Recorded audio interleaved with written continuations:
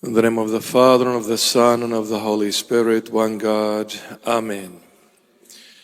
Our beloved fathers, deacons, nuns, and faithfuls, both in this holy church, and everyone who is watching us through live streaming, may the Almighty Jesus Christ of Nazareth bless you, guide you, protect you, and deliver you from the snares of the enemy, whether it be visible or invisible, in His mighty and holy name. Amen.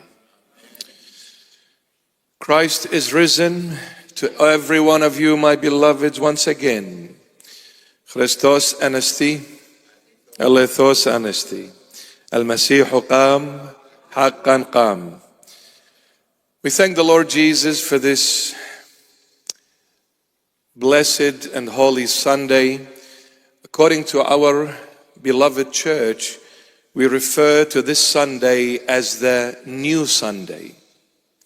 It's a new Sunday, meaning the Lord Jesus came to make everything new. It's a new beginning, it's a new Adam, it's a new life, it's a new start. Everything has become new. And that's why the church fathers named the first Sunday after Sunday resurrection. And by the way, it's not Easter, it is Sunday resurrection. Get used to saying blessed and happy Sunday resurrection, not happy Easter. Easter is not a Christian name that we use. It's not a Christian terminology. Anyway, so the first Sunday after Sunday resurrection, the church fathers call it the New Sunday. The gospel for today is taken from the gospel according to St. John, and chapter 20, verses 19 to 31 inclusive, which is the end of chapter 20. So it is John 20 and verses 19 to 31 inclusive. The Lord Jesus appears to the apostles and other faithfuls who were in that upper room behind closed doors, locked doors and windows, out of fear from their Jewish people, lest they be persecuted and even killed, being the followers and the disciples of the Lord Jesus Christ. And the Lord appears as the doors were all shut. He just walks through those closed doors, and the first thing the Lord says to all of them who were there sitting in fear, peace be with you, or peace to you.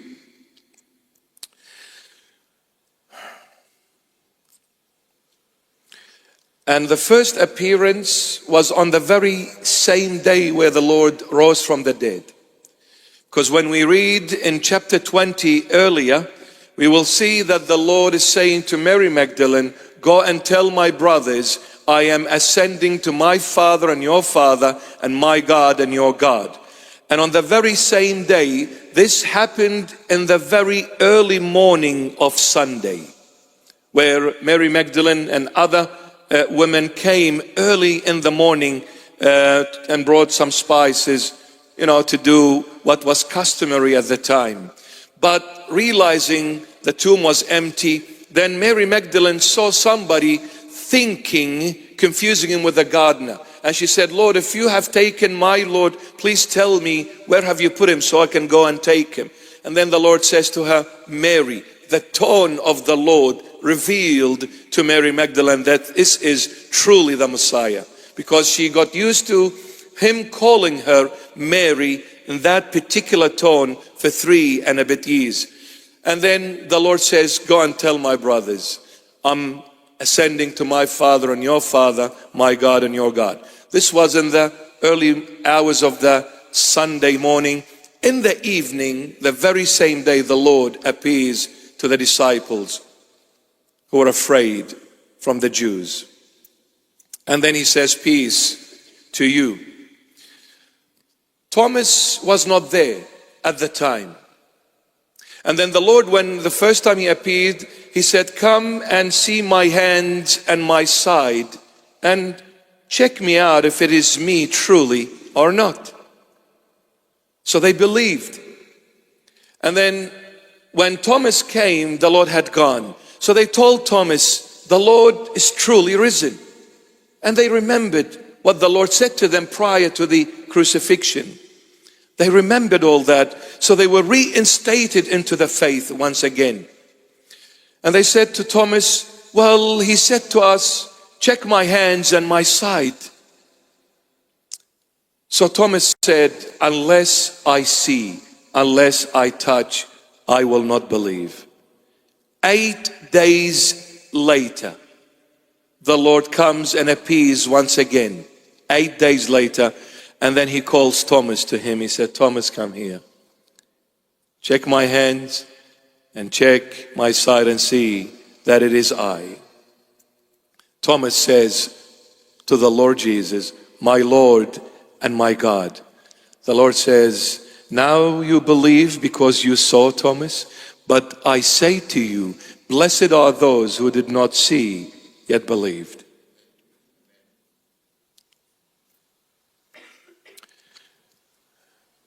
Earlier this morning, we received a message from a beloved soul that lives in Canada. I pray they are watching us now. I'm not sure about the time difference, but I hope they're watching. They sent a message to us all the way from Canada, and they said, Bishop, why did the Lord say, see my hands and my side? Why not the feet? Why the hands and the side? Why not the feet?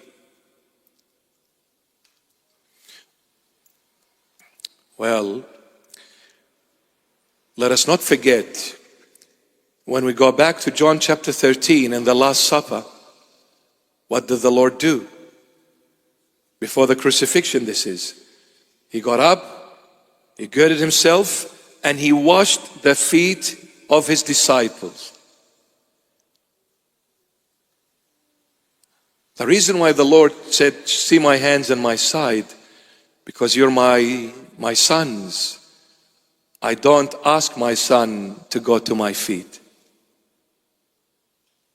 I, as your father, I'll go down to your feet. I washed your feet prior to the crucifixion. And when you read towards the end of book of Revelation, he says also when we make it through his grace into his kingdom, as we are entering, he will get off from his throne, the King of all kings and the Lord of all lords. He will get up and come to welcome us into his kingdom and give us his own throne to sit on, and he will serve us. So the Lord is saying, you're my sons, you're my children.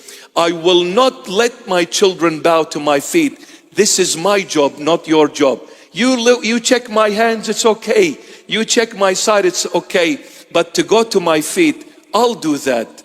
I will never let you do that, because a father will get to the feet of his child and will kiss the feet of that child, because that is an honorary thing for any father to do for his children. And this is why the Lord never asked them to check his feet. You're my sons. I kiss your feet, not you. Look how awesome our God is. How awesome our God is. But the Lord says the first thing to them, peace to you.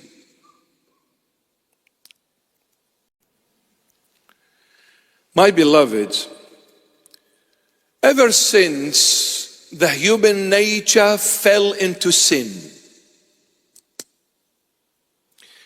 ever since the human nature fell into sin, there was no peace. Ever since we made that mistake, we broke God's word, there was no peace. Humanity, and I'm talking about the human race, I'm not talking about Christians only, but I'm talking the entire human race. You ask every single human being, what do you wish to have in your life? They will say, we want to be in peace. So they will strive in any way, form or shape possible to be in that peace, to live in that peace, to gain that peace. Some people thought by gaining power, through power I'll gain peace. Some people thought they can buy their way into peace with money. So they tried to be extremely rich because they said, with money I can do anything and everything, including peace. I'll buy it if need be. And everybody tried their ways, the hardest possible way a human could think of. And the harder they tried, the more miserable they ended up being. Look at the world. Where is the peace? There is no peace. Maybe you may look at some people from outside and say, oh, look, they are happy. They live a very peaceful life. Well, spend 5 minutes with them and let me see if you're going to change your mind or not. Oh, when you see somebody say living in a mansion, you say, oh, man, I wish I lived in that mansion. You walk into that mansion and you spend an hour with those people, you'll see them the most miserable ever. Empty, void, troubled, don't know what to do. And whatever they do, they are never content. There is no peace. Because humanity thought that peace comes when I achieve something in this world. And the more they achieve, the more miserable they are. There is no peace, because peace, my beloved, is not a place, is not a thing you gain, is not a thing you buy, is not a throne you sit on. Peace is a person called Jesus Christ of Nazareth. So peace is not a word, peace is a person. So when the Lord Jesus said peace to you, He's saying, I now give you all of me. Because I am resurrected, I am risen from the dead. So now I will dwell in you, in my spirit. I will dwell in you in my spirit. So I'm giving you me. I am the peace. And until every single human being find Christ, they will never understand what peace is all about. Never.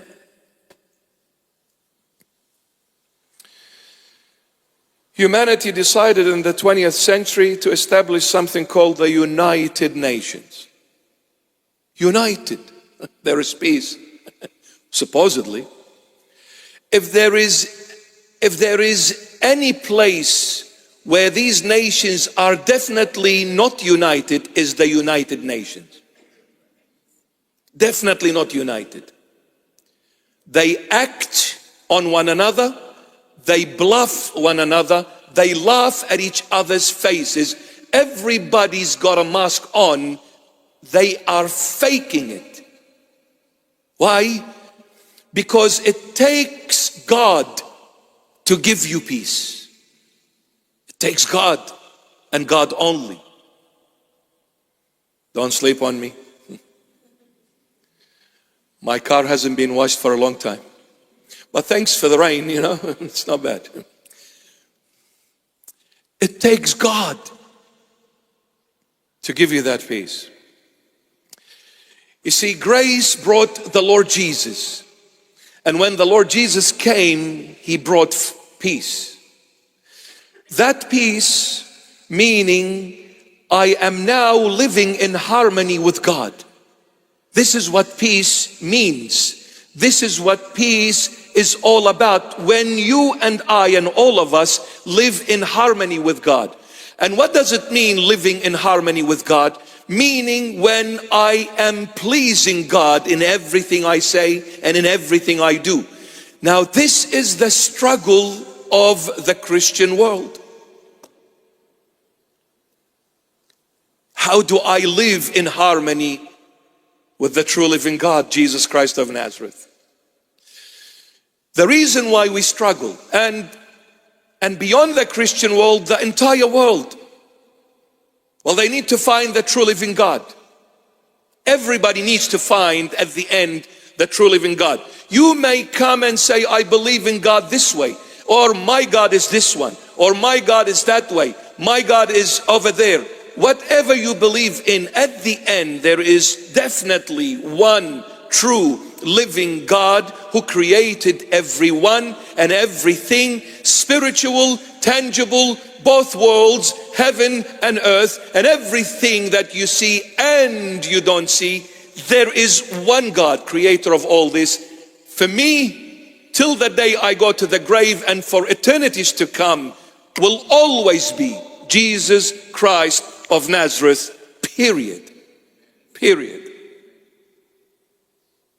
I don't need to even mention it. I don't need to even blink twice about it. I don't need to even think about it. It just comes naturally.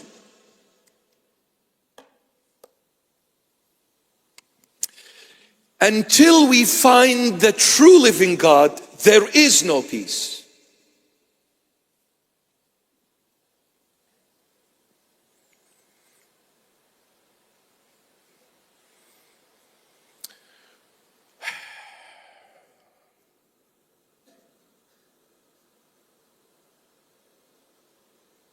Everybody's fighting.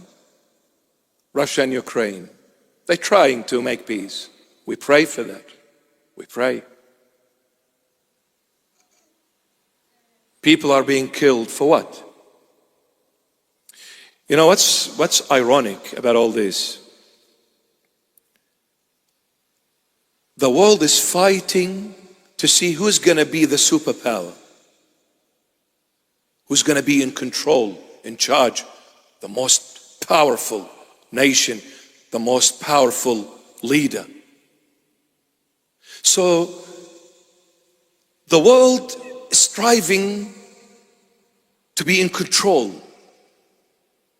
Is it America? Is it China? Is it Russia? Superpowers.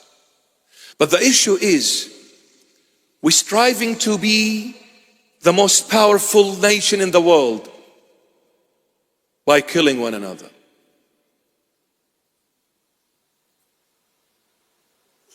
The Lord Jesus says, the only way for peace to have been made possible, I had to die on the cross. It wasn't Isaac, it wasn't Ishmael, it was Jesus Christ of Nazareth who was offered on Calvary, on Golgotha.